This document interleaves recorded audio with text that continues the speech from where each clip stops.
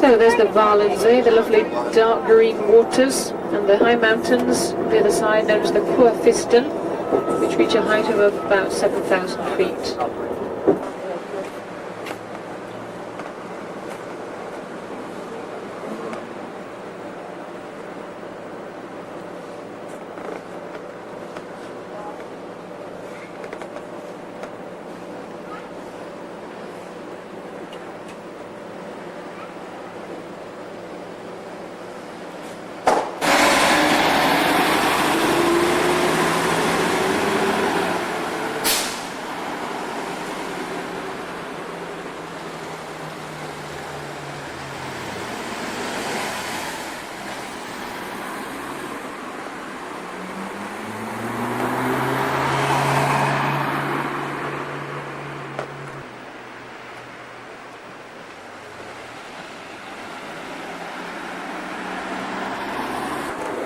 Now there's actually 9 different regions or federal states that the country is divided up into. So we enter in Vorarlberg. This is the name of all the mountains here, the Vorarlberg Mountains.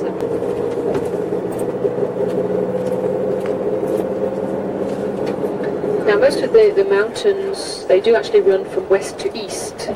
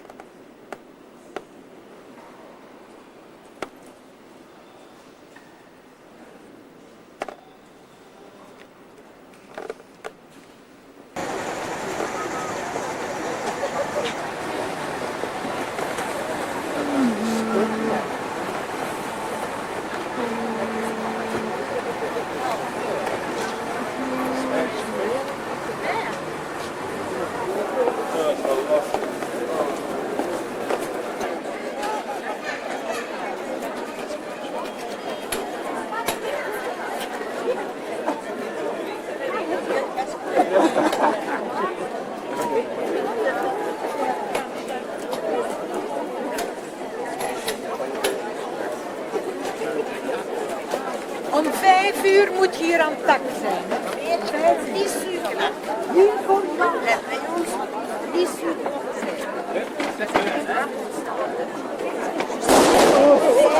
C'est des ballons de bloc. C'est ballon de bloc. Dat is bonbons.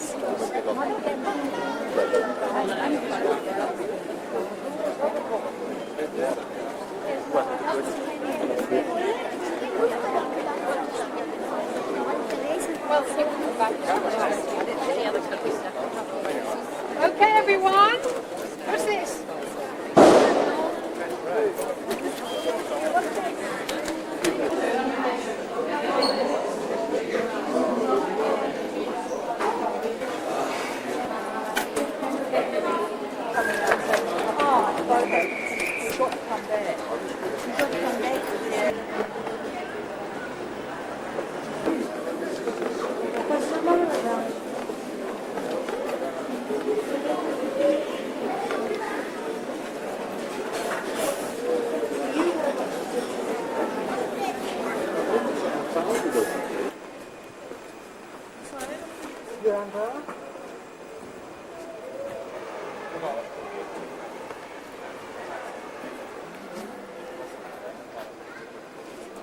Là, les caméras sont bien voir. Les caméras bien voir.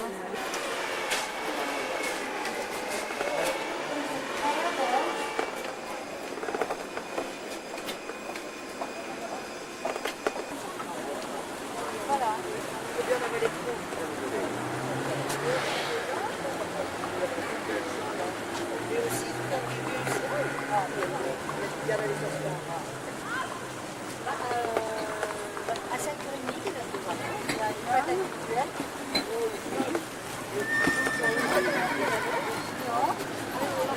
Il y a à manger, il y a sandwich.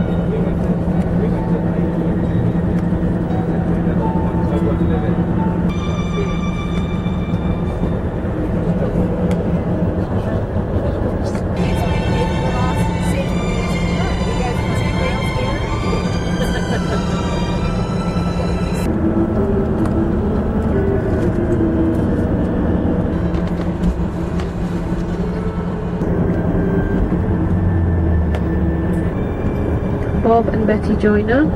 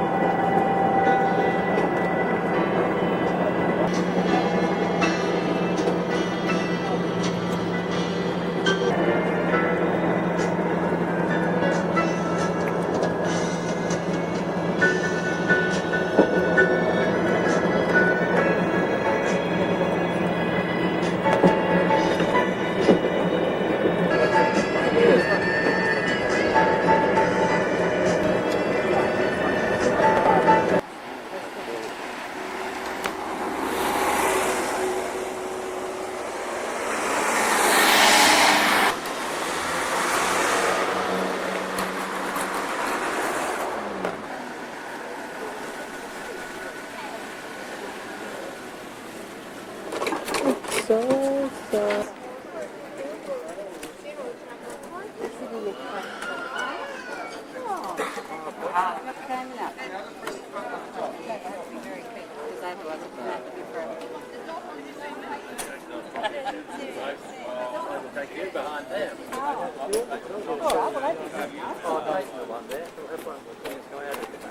Are you going to Atlanta? I'll be walking there for a while.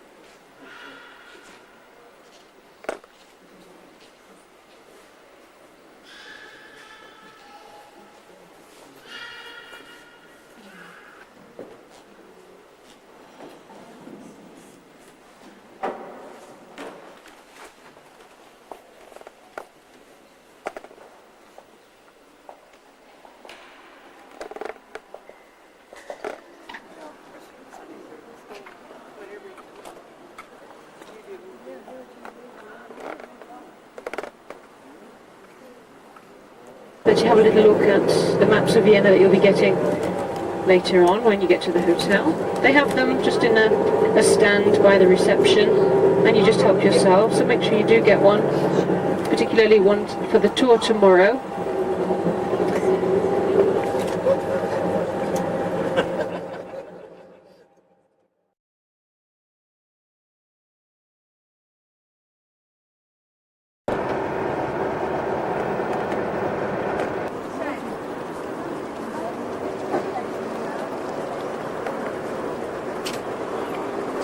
Let's just stop for a moment because I think we've got a few photographers.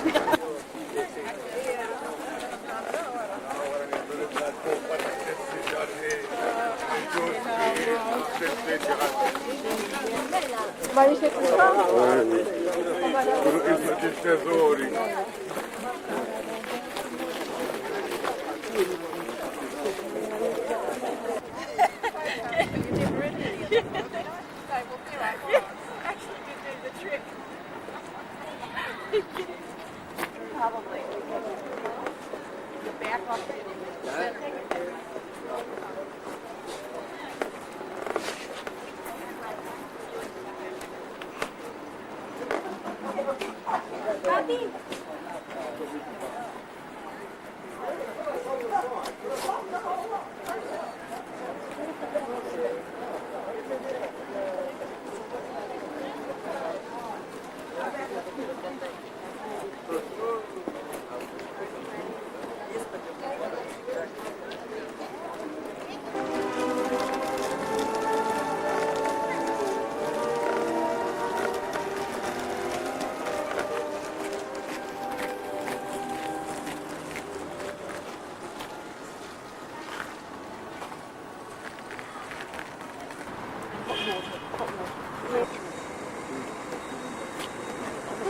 Belvedere. Color.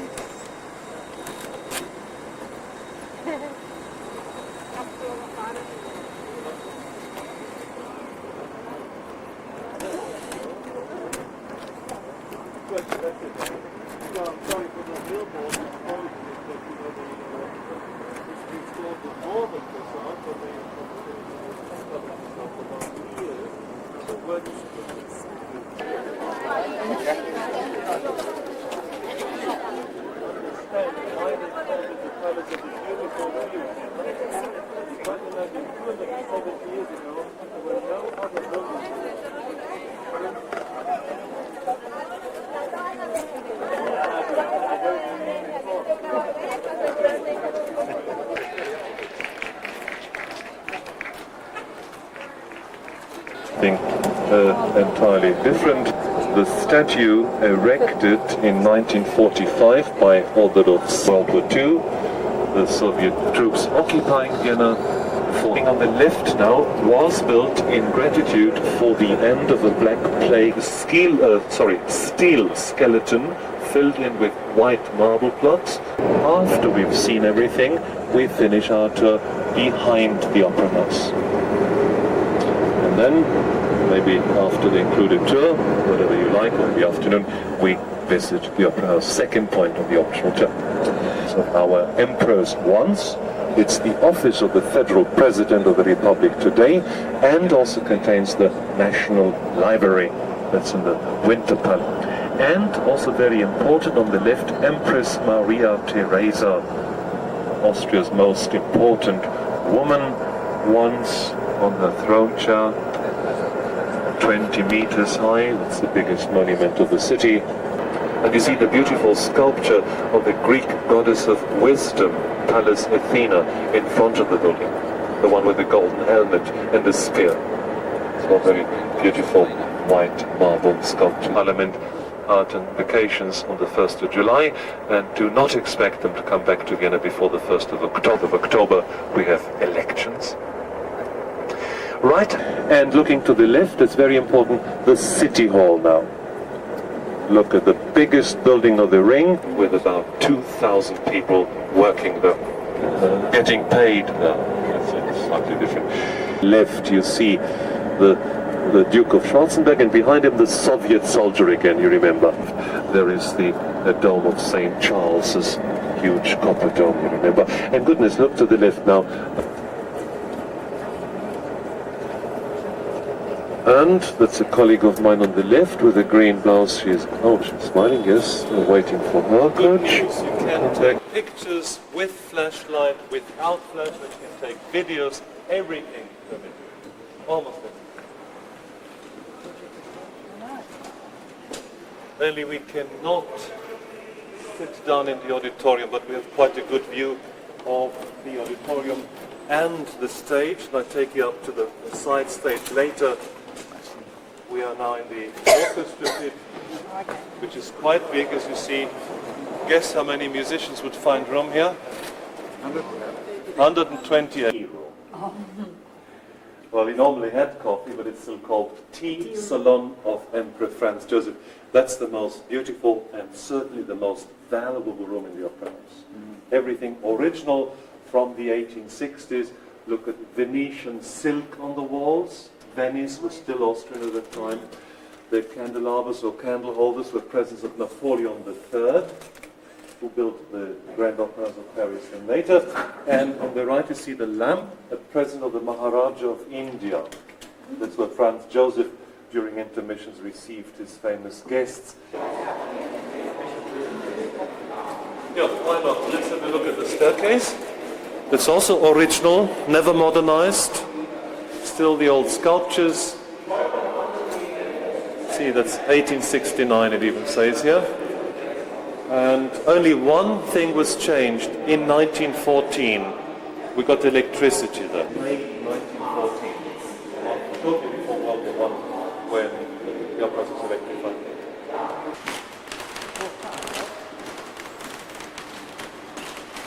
Sorry, I'm spoiling the picture. But it's a good view. Yeah, what's the idea of the foyer? Musical history.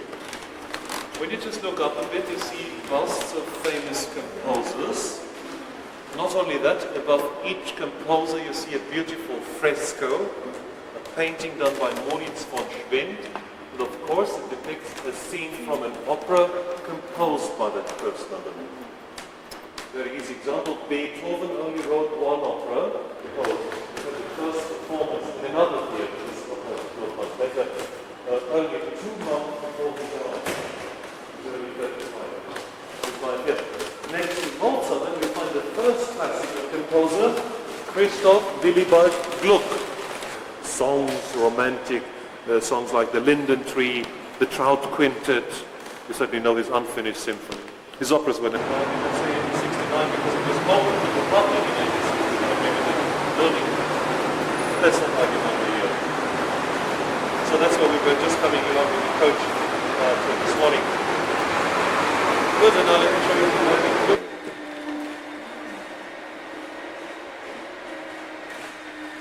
Must be a vacuum cleaner.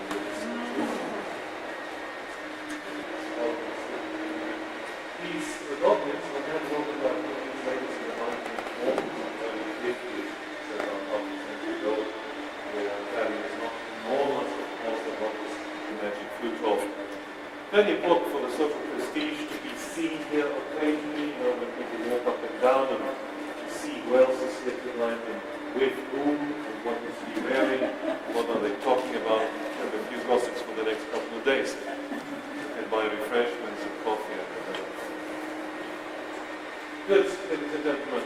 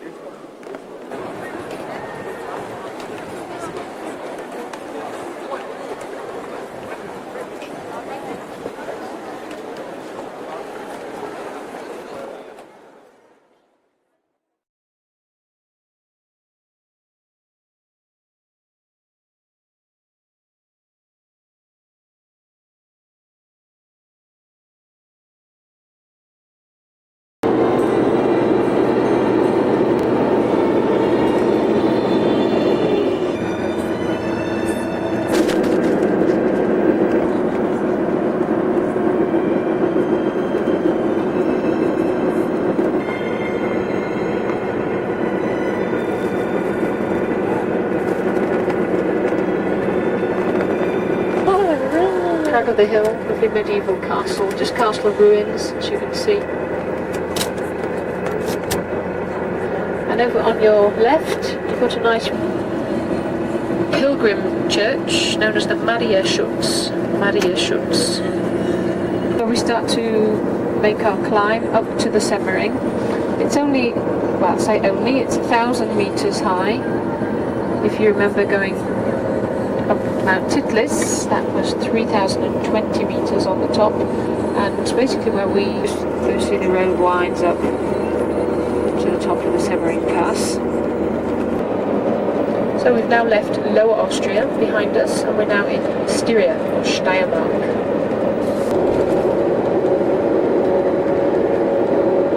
And to the former Yugoslavia, or Slovenia.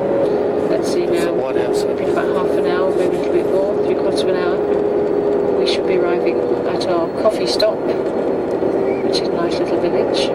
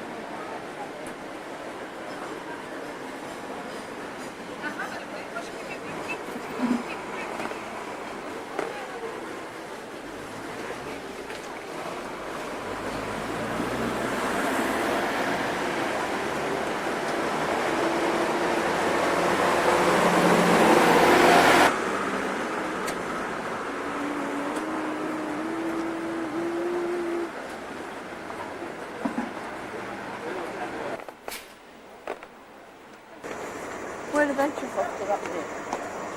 And I think yes.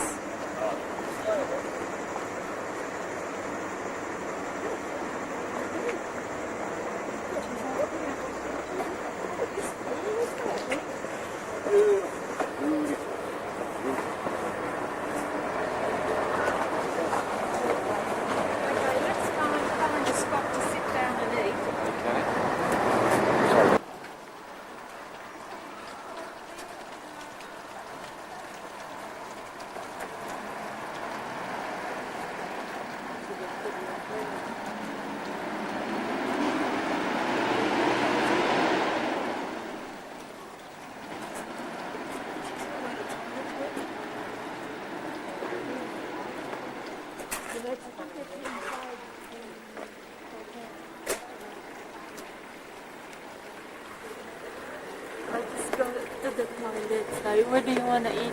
In the hotel. Yeah.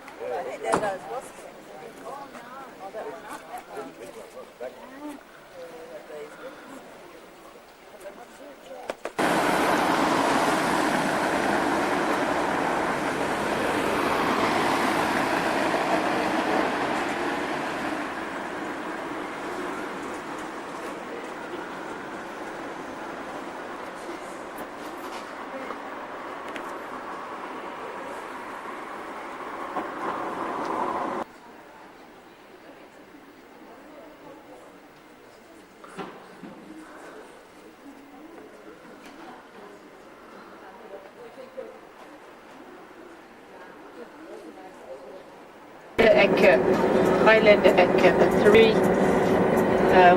the corner of the three countries, because here you're in Austria, but you're very close to Italy, and Slovenia just across the mountains on the left. So actually the Italians, they don't eat breakfast. They don't eat big breakfast at all. Just seeing. If you're looking in the bathroom and you're looking all around and you see a little tea towel and a handkerchief hanging up, and then a tablecloth, then they are your towels. They do look like tea towels actually, but the material in a lot of the bathroom is very thin.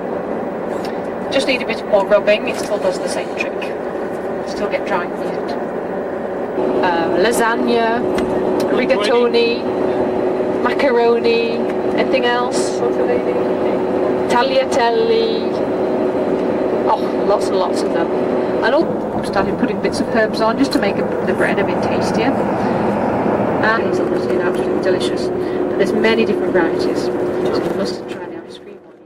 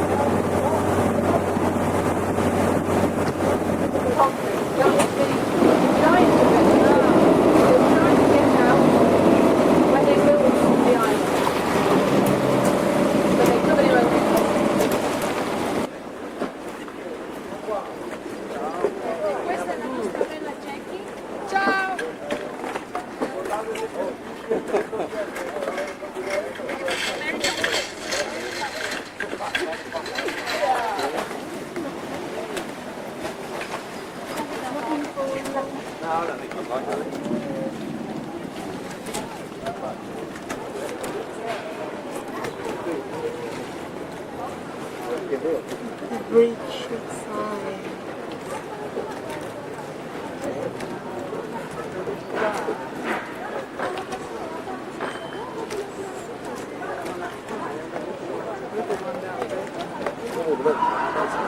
Yeah.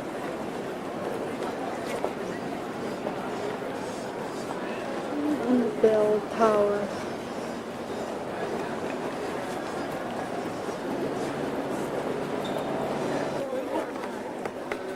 Is that Jim filming over there? Looks like it. Jim who? Jim, the single guy. The clock tower. If someone knows it, then tell everyone else. The clock tower. 9 o'clock. 9 o'clock. Roman numerals on one side, and 5 minutes leading to the limit.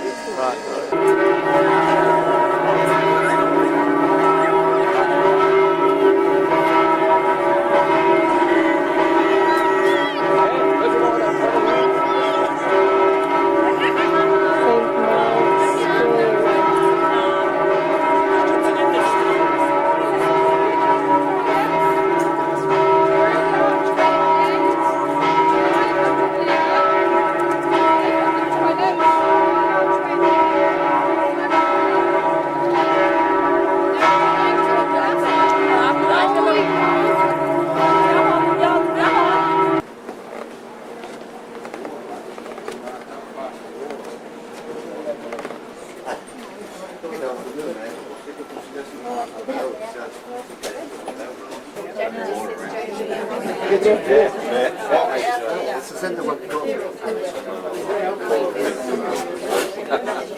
Vai.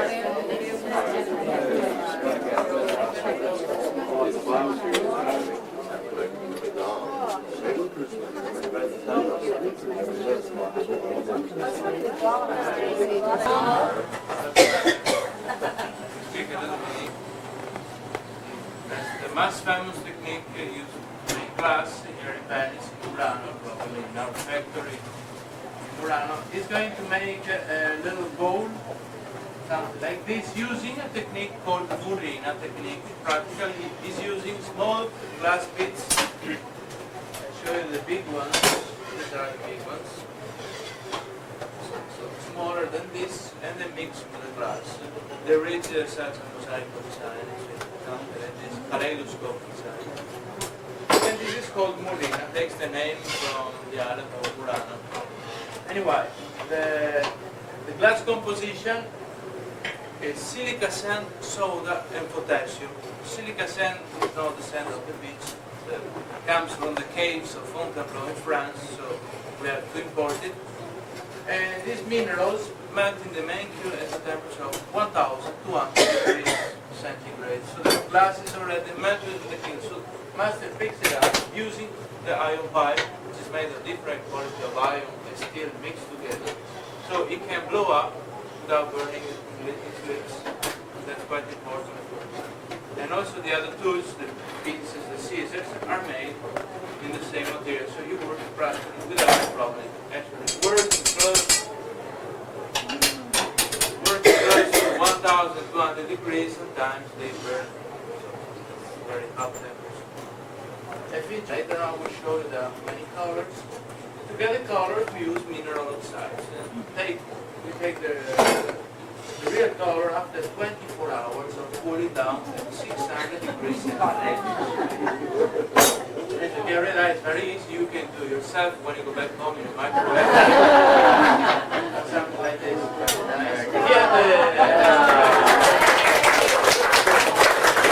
So now follow me please, we go inside here.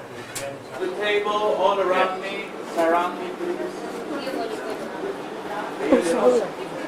Sorry, there.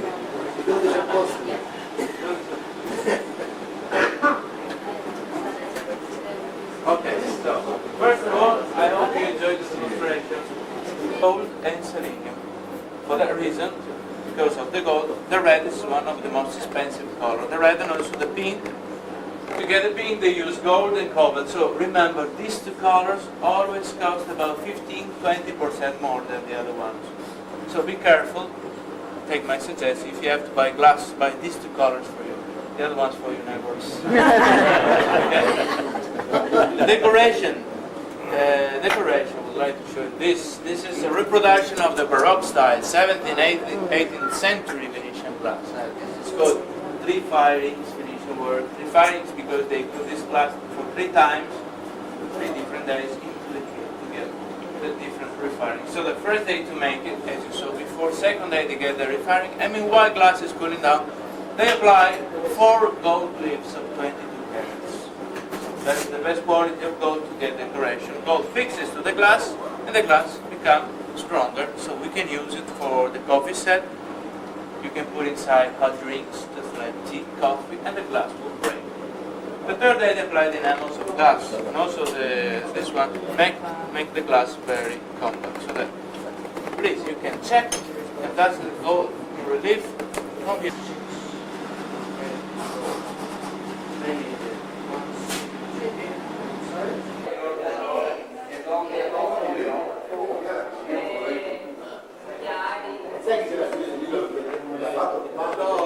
Guarda, mi vengo ieri, guarda più di puttana, vengo sopra il cavallo, il corso della Bergamo. Giuro.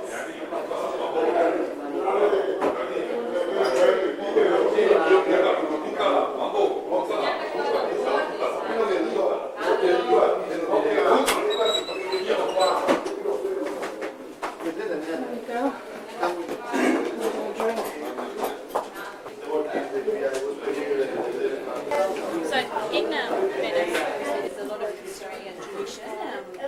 Glass blowing is one of the very big traditions. Also lace making and the gondolas, of course, is one of the others.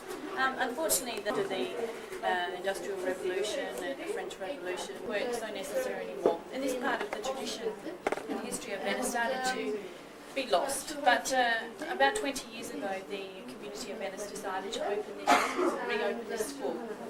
You see here, this used to be a Methodist chapel. They gave us this to try and rebuild the school and revive the handmade lace. Here, the ladies of the Venetian community, also the people from all over the world can come and see how the lace is made. Of course, here we do all sorts of lace work and handcraft. The three most important to the tradition and history of Venice are the bobbin lace, which our lace maker is here. A second type of wood. Our lace maker is doing bobbin lace. This is called bobbin lace. It's made just by twisting bobbins. These are the pieces of wood here with the thread wrapped around. We always use either cotton or linen threads. We never use synthetics. So what she does is she takes them up two at a time in the hands and twists from left to right, making like a plait or a braid. See, she's always twisting them the same way. She does it very quickly, so it's very hard to see what she's actually doing, but it's two at a time. She twists them over and over, making this braid or plait. She never changes the direction of the actual bobbin. She always does left to right. If she needs to do a different section of the pattern, she actually turns the cushion around. Okay, so it's always the same action all the time. There, I think she's using about 12 bobbins, and she's actually making the edging for a tablecloth. So she makes this in big sections and then small sections, and then joins it all together and then sews it onto the edging of the tablecloth. To actually follow the design, you can see there's pins all in the design on the side here. That actually gives the direction to the braid. Because if she just kept twisting the same way, you'd end up with a big long ribbon of braid, much like you have in the centre here. See that centre panel? You might know that as Battenberg lace. They make the ribbon first, then they put it back onto the cushion and sew it into, or join it into the pattern, creating the pattern that way. This is the original way they did it, by completing the pattern with the use of the pins and the braid on the actual pattern. So if you see here, this braid, when she needs to follow the pattern and change direction, she puts in a pin and actually twists the braid around the pin. Also, of course, lace needs to have lots of knots in it, otherwise it all just unravels and doesn't stay together. So when she needs to do a knot, she picks up one of the threads just with a simple crochet hook and hooks one of the bobbins through. That joins top to bottom and left to right. On the patterns here you can see there's the main braid and then there's pieces that go off to the sides to join all the sides together. See these smaller parts here. That's where she would have done a knot or a join. Okay. Also in the handmade lace, they're making it, the bobbin lace is made on the reverse side. The side that you see is the back of the lace. When it's complete set, looking down, then it's turned up the other way to see the right side. So she's going to do that. The tiny threads and pulls one of the bobbins through. Okay. That makes sense. Obviously, we can't have continuous thread, and sometimes we have to use more or less bobbins depending on the pattern. So there will be joins and knots in the back of handmade lace. That's one of the big differences between something that's handmade and machine-made. Machines have continuous thread, so there's not usually any knots and joins. But with this, you do see knots and joins. Okay, so once she's finished covering the pattern all over, she removes the pin and the piece of lace is selected. When she's making it, she's not actually looking at the bobbins to know which one to twist. She's reading the pattern. So the first thing these lace makers need to know is how to read the design. Once they know how to read a design, they can make any of the lace types. And a pattern like this size, for example, which is a small die made with 10 bobbins, takes about 4 days to make. That's 4 days working 3 to 4 hours a day. They never work 4 days. That's very tiring for the back, the hands and the eyes. Okay, so it's something like that. It's about 4 days or so. It's a slightly different pattern, but still about 4 days. Also with this type of lace, the value of it is the amount of threads, as in the amount of bobbins used, determines the value of a piece of lace. And each piece of bobbin lace is made just by the one person. Whoever starts a piece must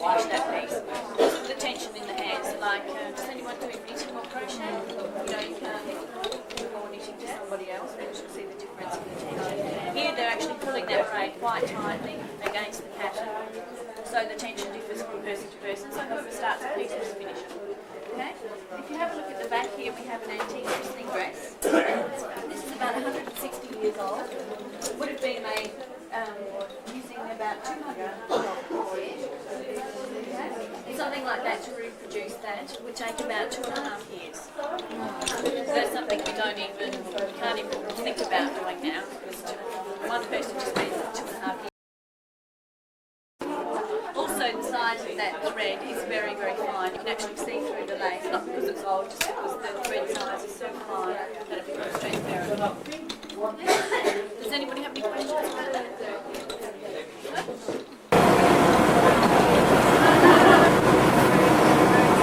So, are we all sitting comfortably? Yes. Then we're going to start our cruise through the lagoon. We're going to see a completely different part of Venice. You see the Venice of St. Mark's Square, which is really quite chaotic, as I tried to explain yesterday. And there's still more people crowding into the square or the little shops along the waterfront. So we're going to get away from all that, away from the crowd. Therefore, make places for my family. It's cheaper. The place was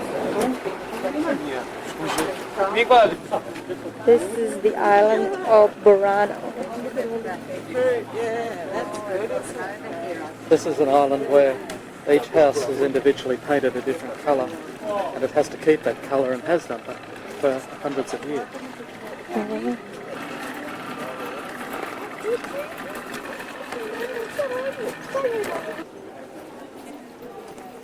Main square of Burano. No, it's not.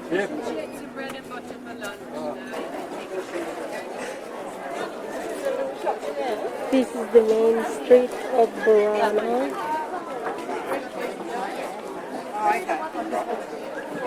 Oh, okay. Now it's on the road.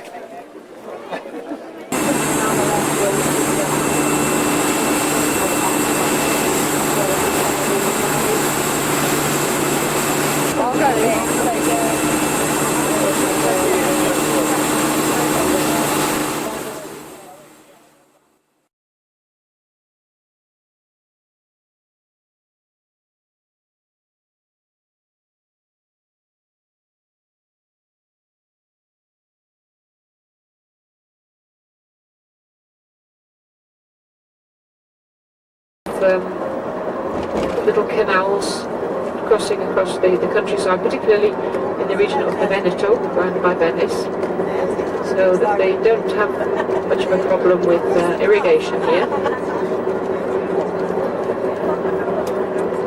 because it doesn't really rain very much in Italy, particularly in the summertime, from about...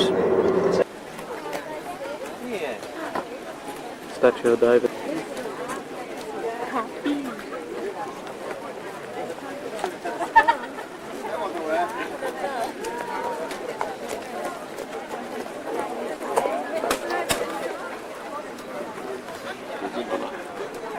Florence on a rainy day. More than maybe a couple of cinnamon, but other than that, oh, I know what Ireland. This is the church on the Piazza Santa Croce. All right, good. It's good for you. It's good for the health.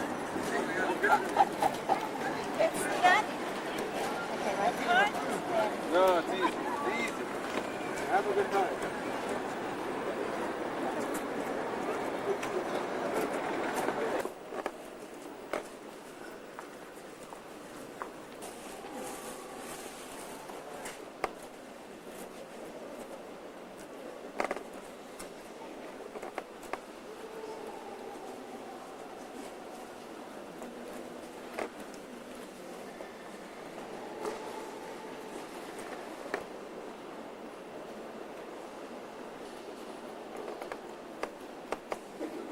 Designing this piece of leather, and he is using 24 karat gold.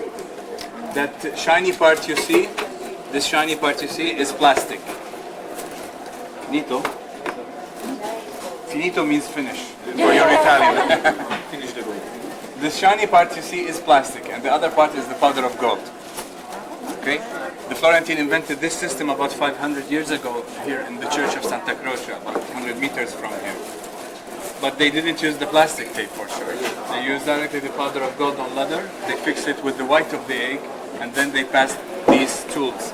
They must be hot, and we have to reach the right temperature to mill, because if we make it too hot, we can even burn the leather.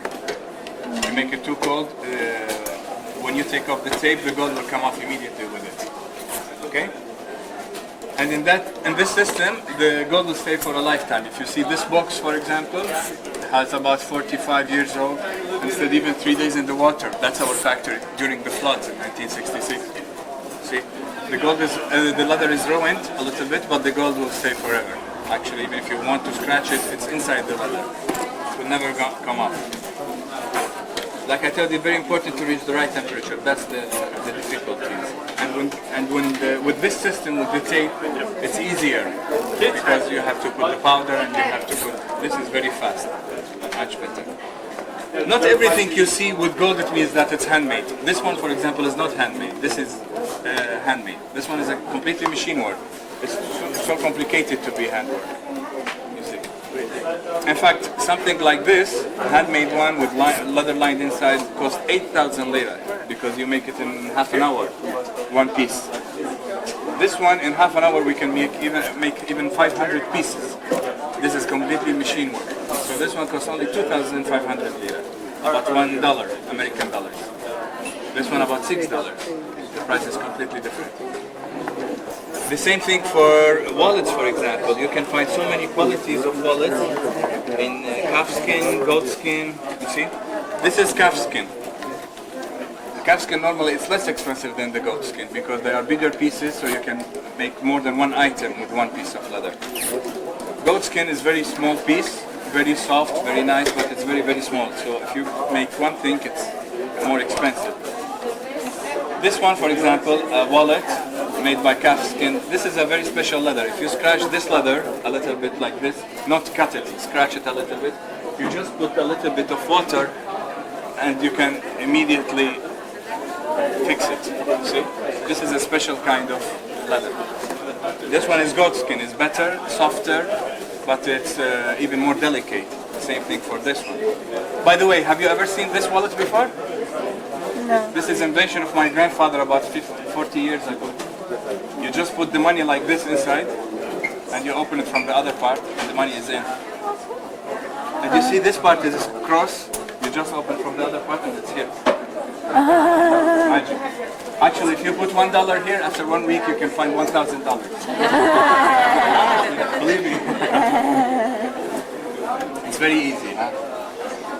Okay, like I told you, we don't use the top quality of leather. The top quality of leather is this. This is the goat skin that we use normally to make jackets, clothing. If you try to rip this one, you can even rip it because it's not steel, but it's really strong leather. Can you try? I think you are. We pay him to do this. Sometimes you can find the same item, the same jacket, for example, for different prices. Exactly the same one, the same style. But they use this leather. This leather you can just rip like paper. Why? Because this one is not goat skin. They make it from big animals like calf skin or horse. But they boil it, they scratch it, they make it very thin, very soft. But it's already like used, very like old leather. See, because it's not the natural way to treat this one. This is calf skin too. But if you treat it to be like calf skin, it's okay. But if you treat it to be like goat skin, it's not good. See, it's very easy to rip. It's really, really bad leather. And you can find it even in so many different colors. This is in black, for example, and you can rip this one very easy. Actually, feel how soft is this one. This one, if you feel it, you think that it's very good leather.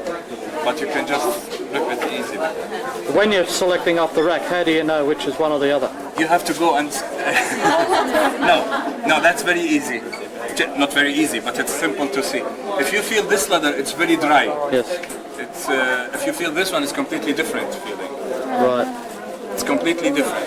Even if it's soft, but it's very dry. And you can see, at least for us, we can tell. The best thing to do is to take the guarantee with it. If there is a guarantee, they give you the guarantee on the jacket, not a piece of paper that it's good leather, because they can change. Sometimes you can find actually something even more interesting, something like this. It seems exactly the same, different colors. And both of them says real leather sole made in Italy. Okay, the same thing. One is 100,000 lira, okay, about 90,000 lira. And it says leather even inside. This one, they sell it outside even for 15,000 lira, which is about $10 only. That one's about $80. This one is completely vinyl, and this one is completely leather. Okay? They buy the sole somewhere else. They buy the sole, sorry, in Italy, and they make the rest of the shoe somewhere else.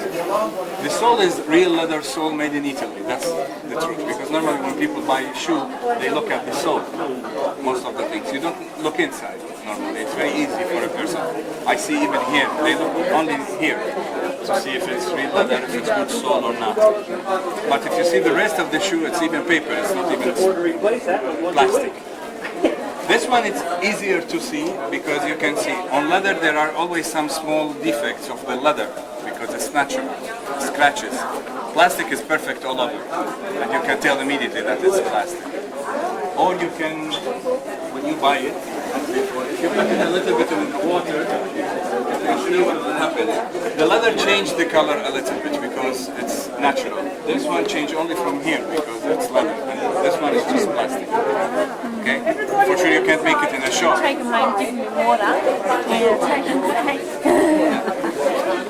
Okay, if you come with me inside, I want to show you another thing about the leather, very important, about the difference between suede and antelope.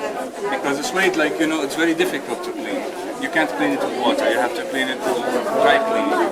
But antelope, which is this leather, you can clean with water too.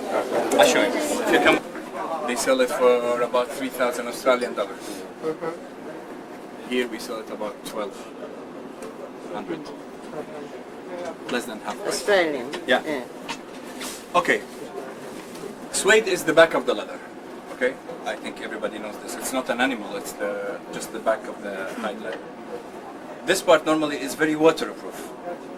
Any leather, even if it's bad leather, it's waterproof because it's almost everything is waterproof in leather. This part is not waterproof. So if you put some water, it will go inside and it stop here. So it will show forever because there is no way to go. Antelope is different. It's completely different leather. Both sides exactly the same. This leather comes from antelope and the treatment is different too. So if you put some water here, first of all, it will not go immediately inside. So if you just do like this after 10-15 minutes, it will disappear. Or if it's going inside, there is way to go out. So it will not show forever. If you have a small mark on something like this, for example, you just use a little bit of water and you can clean it. For sure it's not a raincoat like this one because it's leather, it's different, but it's very water resistant. Actually, if you have some water with you, I'll show you. Do you have some bottle of water? Anybody has a bottle of water? No, but we have 3 Okay, umbrella. Yeah, don't worry. You see? If you put like here, no really, no problem.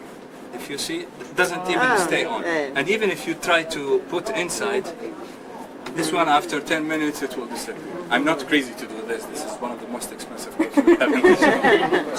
Okay? And you, if it gets water, you just do like this. This part is completely waterproof, like I told you. This is no problem.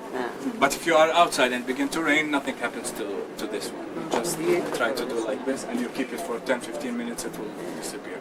You got any samples? Sorry? Have you got any samples? Freebies. Beautiful. You've been watching Okay, the Don can you try for us, please? Oh, I have to take this. Why not? Yeah, feel the luxury of the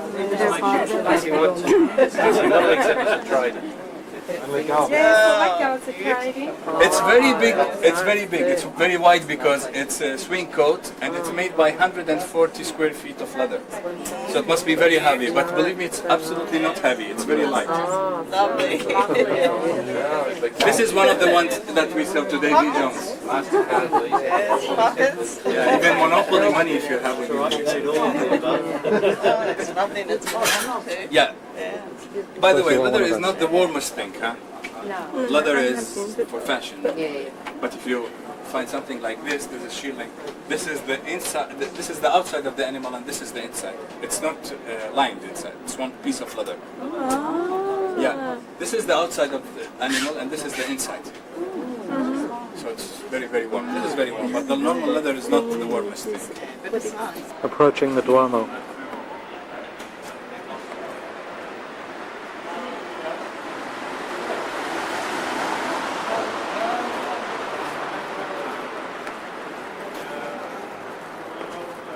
Have a look at the detail on the mosaic work here.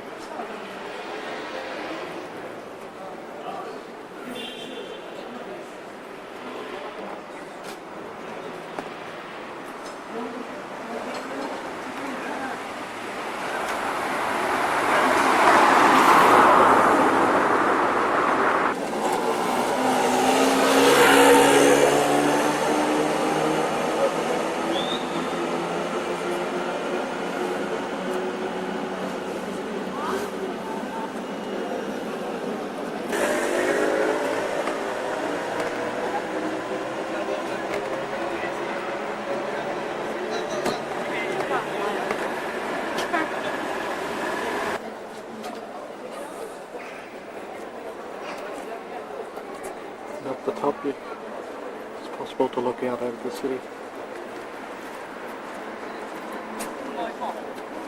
This is the baptistry in front of the Duomo. Size of the people here. It's a huge building. And it's very hard to try and get on video because of the scale.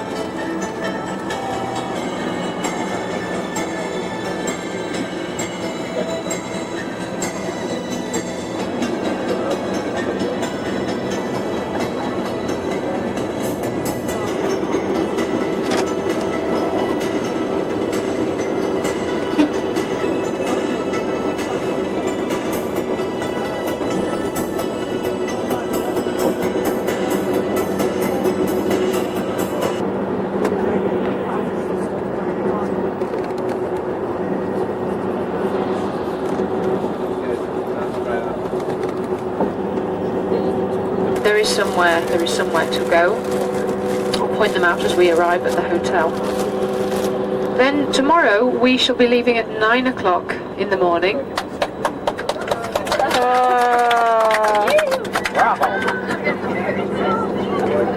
9 o'clock.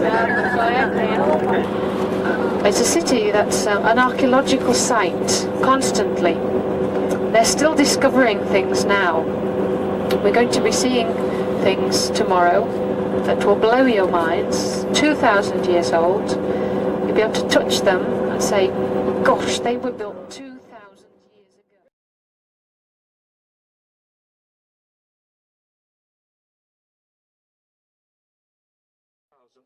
Fountains. Not all as large as this one. 2 or 3 of them are larger. And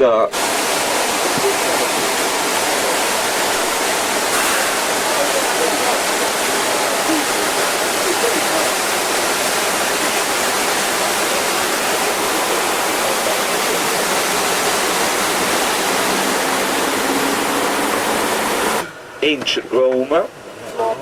The Vatican, you don't see it because it's behind your shoulders, exactly towards the rear of this bus. That's where St. Peter's is. That's why you don't see it. That is the Rome of the Seven Hills.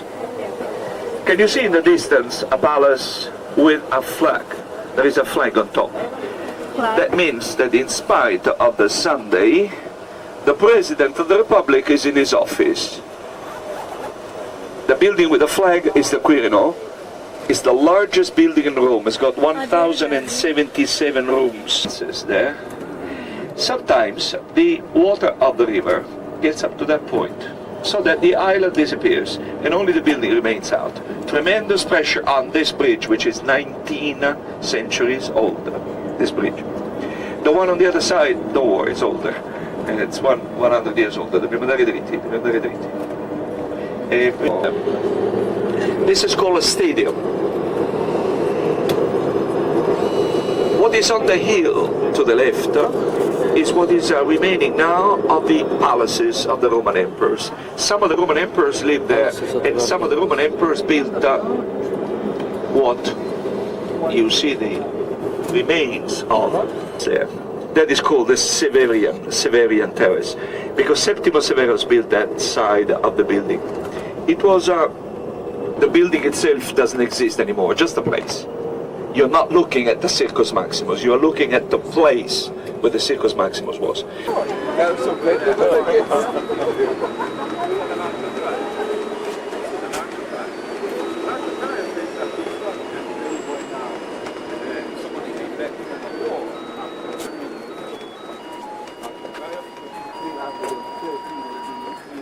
This is built in 313 AD, dedicated to Constantine, the first Christian emperor of Rome.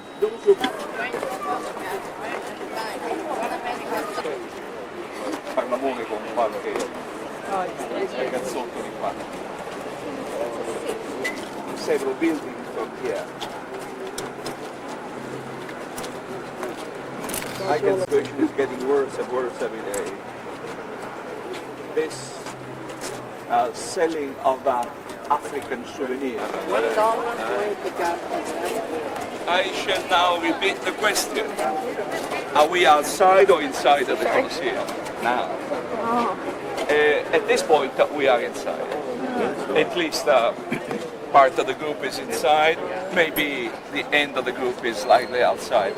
Because you see the Colosseum is made like any construction of the kind, of several concentric rings, departing from a large one like this and then going down. The Colosseum has 8 concentric rings, but 2 of them, not only one, 2 of them are missing here. One should be where we are, one should be halfway between here and there, and that is the third one, number 3. And not even entirely original, as you can see. Part has been rebuilt by Pope Gregory XVI, who wanted to be sure that it could be safe to go into the Colosseum. This was falling apart. And when somebody takes a decision of keeping up a building which is going to fall apart by itself, something has to be done. Expensive how it can be, this was tremendously expensive to reconstruct all this part. But it had to be done because they wanted the Colosseum to become a shrine, to become something dedicated to the memory of the martyrs. So this side of the Colosseum is in very bad shape. Of the Colosseum we have less than 50% left. Less than 50%. And most of that part which is missing on this side. It is so much in better condition on the other side that we shall be able to see that from the bus, from the coach. Later on, when we shall drive around, you will see that part of the Colosseum which is really well preserved.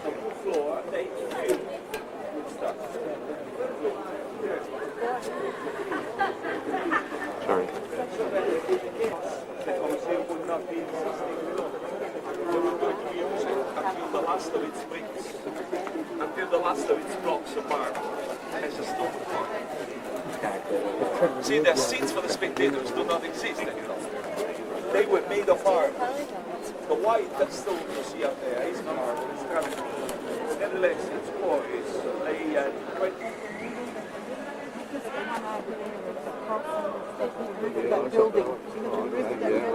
got this bit to this and right up to the top. You take what you look at it.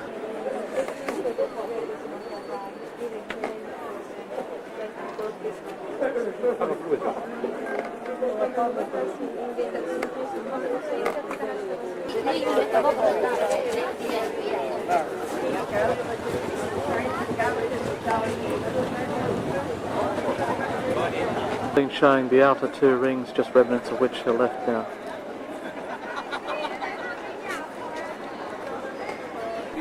This is the Temple of Venus, the goddess of beauty and love. Adesso le fargli vedere il Colosseo dall'alto, possiamo passare là. Possiamo passare là, possiamo vedere il Colosseo dall'alto. Keep looking to the left, please, and you will see the Colosseum.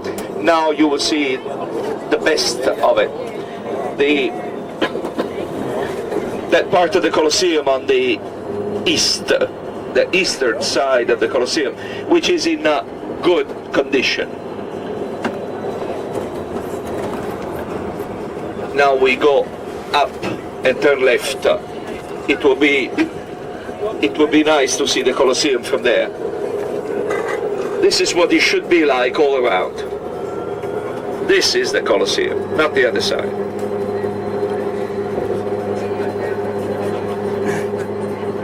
Yeah. If we had to make a list, of buildings, fountains, palaces built using the Colosseum as a stone quarry, it would be an endless list. The temple of the Fortuna Virilis, this rectangular temple here to the left, 21 centuries old. You understand Fortuna Virilis?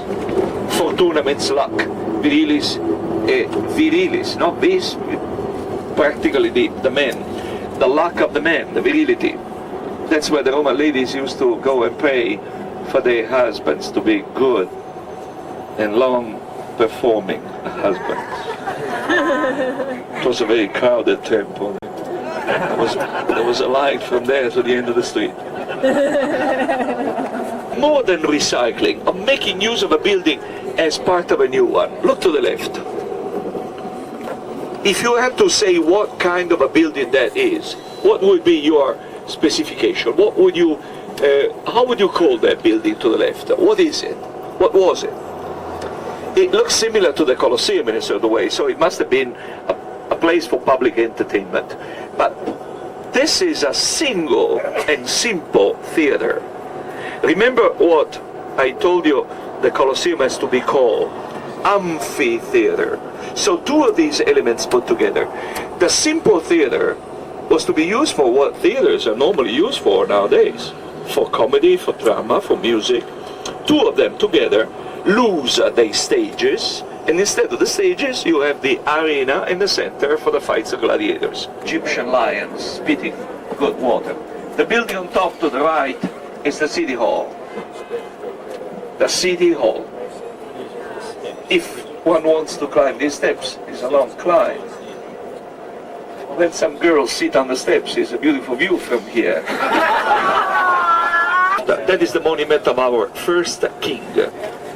So that is the monument of our independence. That is the monument of the country. He was the country maker. Victor Emmanuel's monument. It's the largest monument we have in Rome, to be just a monument, not to be used for anything else. The English poets, Keats and Shelley, are buried there. John Keats, Percy Bysshe Shelley, they're buried just near these trees. See the pyramid, strange monument for Rome, should be in Egypt. We have a small pyramid. It's a baby pyramid because of its small size and also because of its young age. This pyramid dates back to the time of Cleopatra, and that is just a few years ago. See the entrance to Rome, this gate to the left, one of the original 18 gates. Section here. What I call is the condominium. It belongs to the lord. They bought it, they paid for it. And then for your information, they spend a lot of time here. They gather here together, they met, they discuss, they have their prayers, their services, even their little meals down here before they head home. They spend a lot of time here because here we're much safer. And then you look at, being a volcanic rock, is nothing more than the moisture. Look at there. So when you put your head down there and with your gap open, you get the drip. See, these are the volcanic rock, and then it's soft and porous. The Christians keep on building it as they went along, or rather when you say, as they needed it.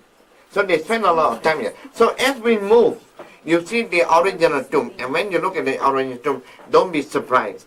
None of us could have the chant, and he had no chant, you no chant. See? Yeah. No.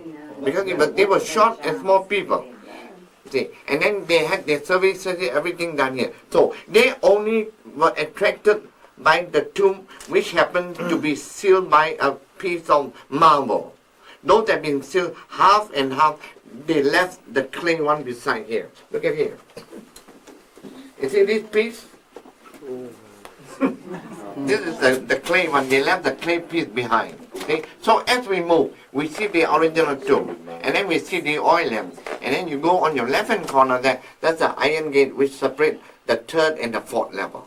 Okay? Sorry, Father. Just one question. Were all of the graves desecrated by the grave robbers? They've all been opened by the grave robber. Any tomb that been sealed by a marble piece, they say, oh my God, we hit the gold mine. But actually, the Christians never buried their treasure with the dead. They were only too happy to bury the dead. And this was where they buried it. And this was where they used it for 350 years. Right. See? And then the Romans knew it, but they were scared. See? So as we move, could you stick on together, mind your head, and watch your head and mind your step. I got no problem. Another two. Oil lamps. Oil lamps, right, that they used to use. Keep going left. Oh my goodness. Oh wow. Don't think you would know. The oil lamps. Oh, it's done.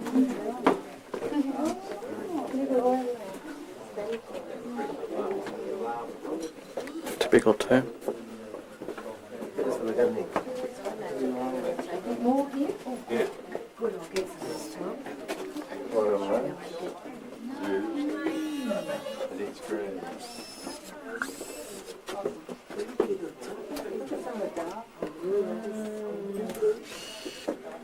Okay, keep going. Oh, we're getting too far behind.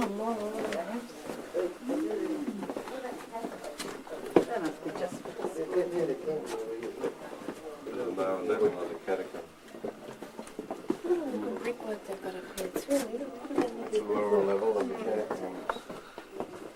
Oh my goodness, how about that? Look at all the work they went to. Look at that. Look at that. Lower level of the catacombs.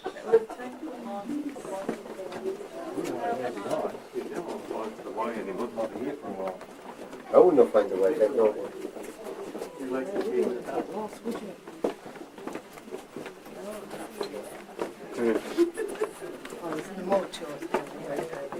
Right. Right when you get out. You got to go one at a time. Father. This is sort of like a priest on top.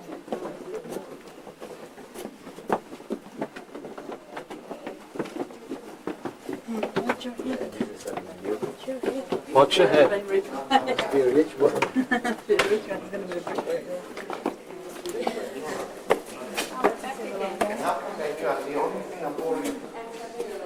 Oh my. Don't lose your passport. Now, this column represents the first underground basilica which was built in the 4th century. So, on account of the earthquake which took place in 900, the whole thing caved in. So when the Vatican rebuilt it, they re-extended to the present roof. So when you look at the top part, it does not identical with the lower part as high as the column. Okay? So now you are not free, you can have your market here or when we go. So anybody got any question? St. Peter's.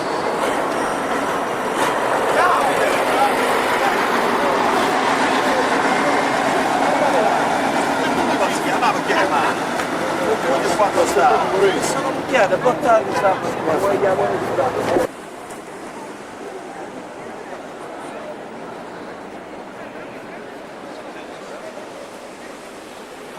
Can you get me on the... Hang on.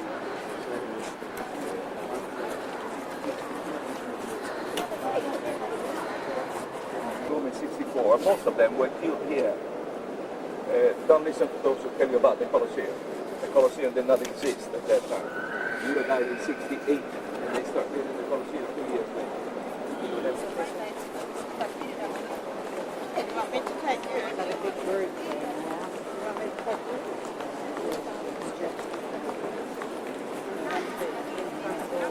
I want to get all of it, but I'll just wander down here.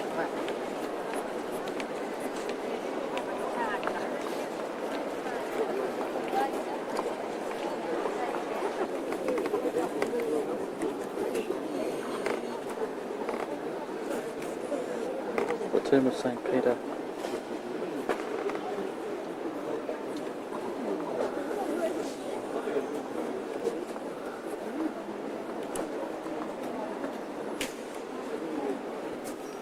The Romans called Britannia that island, and Tiberius built Londinium, which is London, built Eboracum, which is York.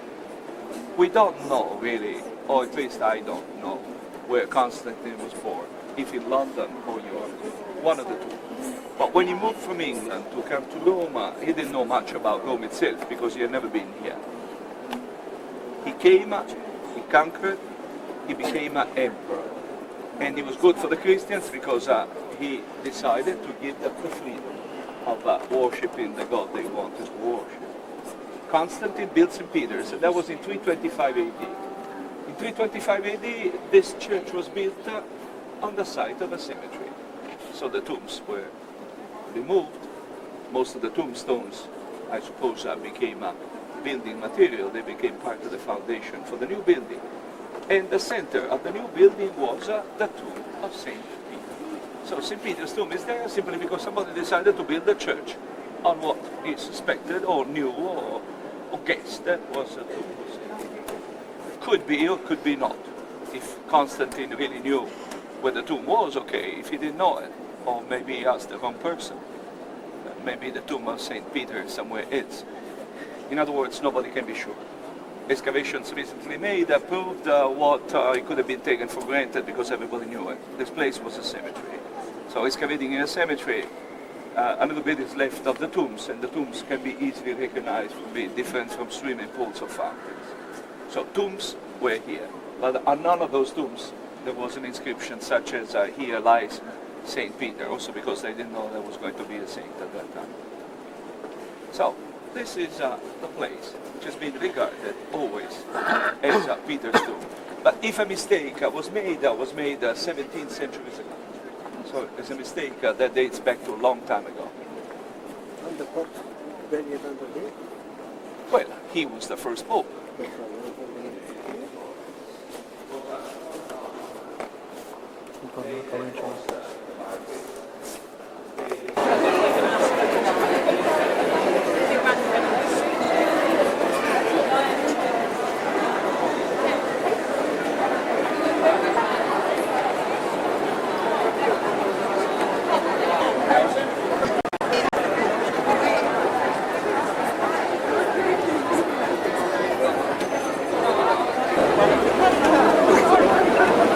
Okay, everyone.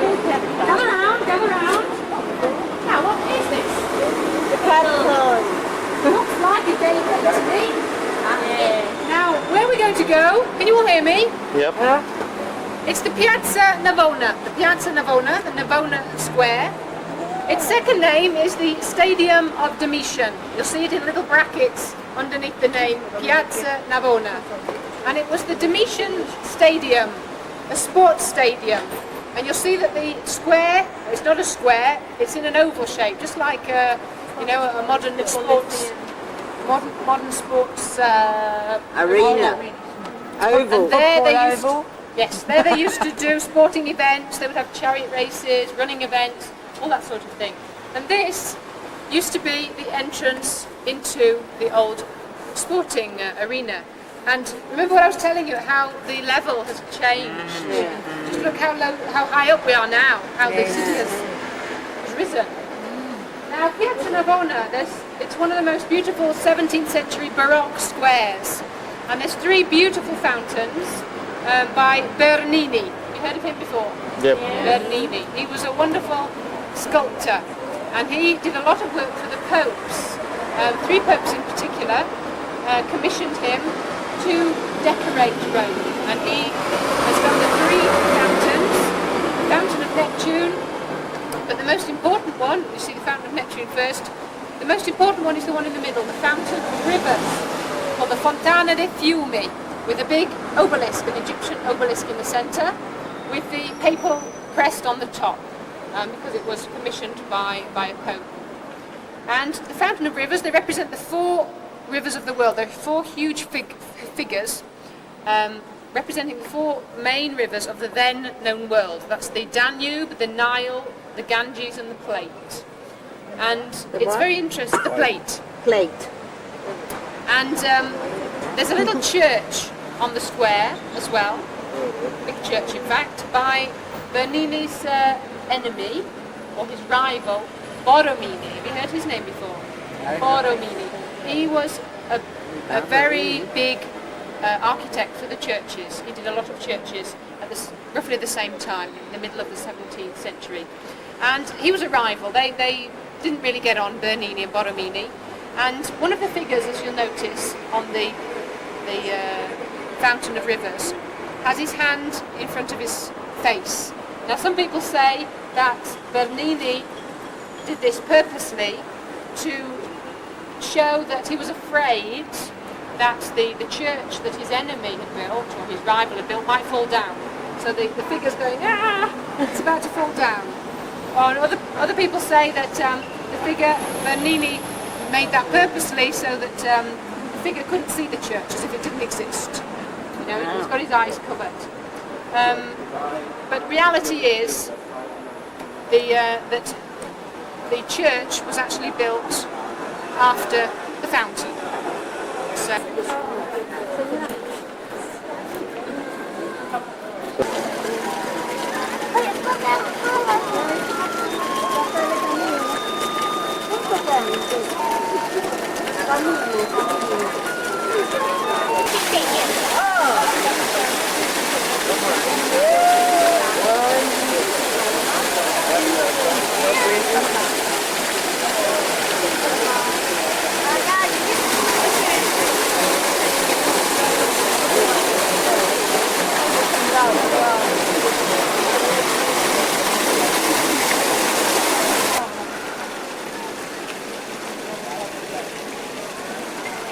Just showing you 3 statues in the Piazza Navona.